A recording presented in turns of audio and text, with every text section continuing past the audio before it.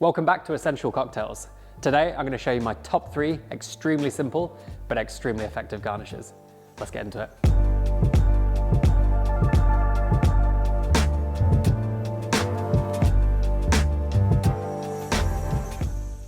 So the first garnish we're going to talk about today is a citrus peel, and this is extremely simple. Could be from an orange, could be from a lemon, could be from a grapefruit, which I have one just here. Could even be from a lime, although these are quite small. And the principle here is extremely simple. Ideally, if you can peel your citrus first before juicing, that means you get maximum yield from your fruits, and that's always a good thing.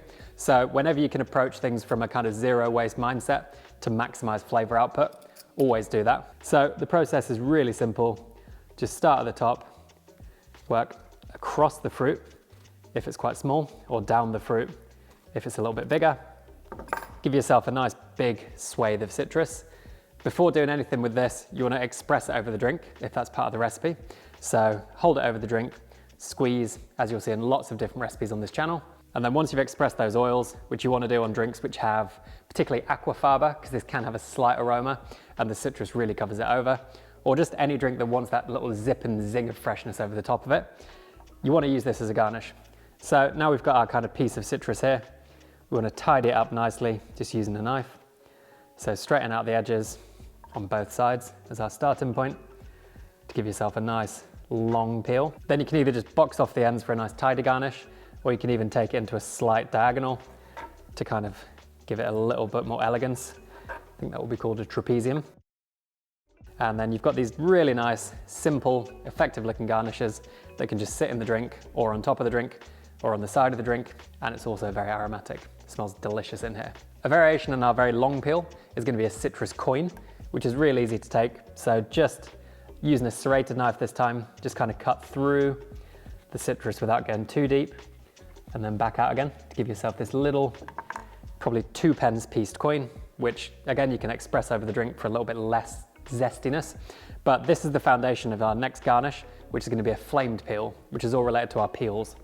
So with this, you want to hold it, probably with 2 fingers and a thumb, I should say, over the drink. So when you do squeeze it, it goes over the drink rather than away from it, also away from a customer. So take your lighter to flame our peel. You just want to warm it up, obviously being very careful. And then when you're ready to express, just give it a little quick squeeze. And then you can rim the glass, drop in your coin, obviously ensuring your hands are nice and clean, and you have a really nice looking flamed citrus peel coin. It also gives a really nice aroma to the room, so win-win right there. So the next really simple garnish we're going to look at again is this citrus-based garnish, and this is going to be a slice. So a lot of cocktails you'll see a citrus wheel.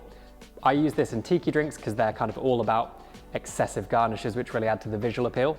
But my general approach to garnishing is keep it extremely simple, and if in doubt, leave it out.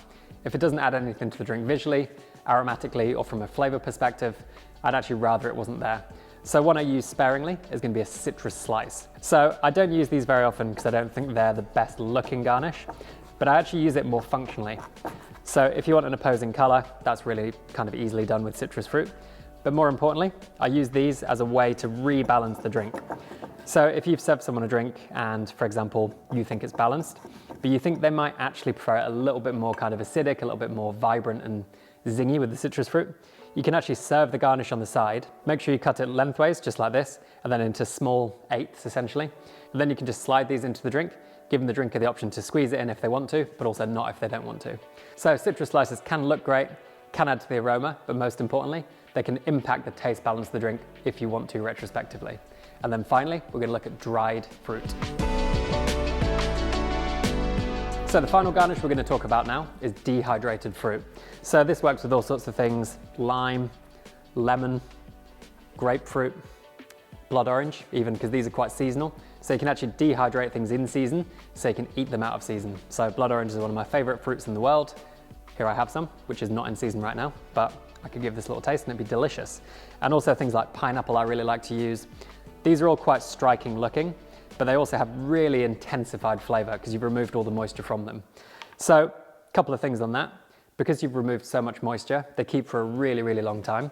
So this is a really good way to preserve fruit. But also one drawback of this is it doesn't have a huge amount of aroma on the drink.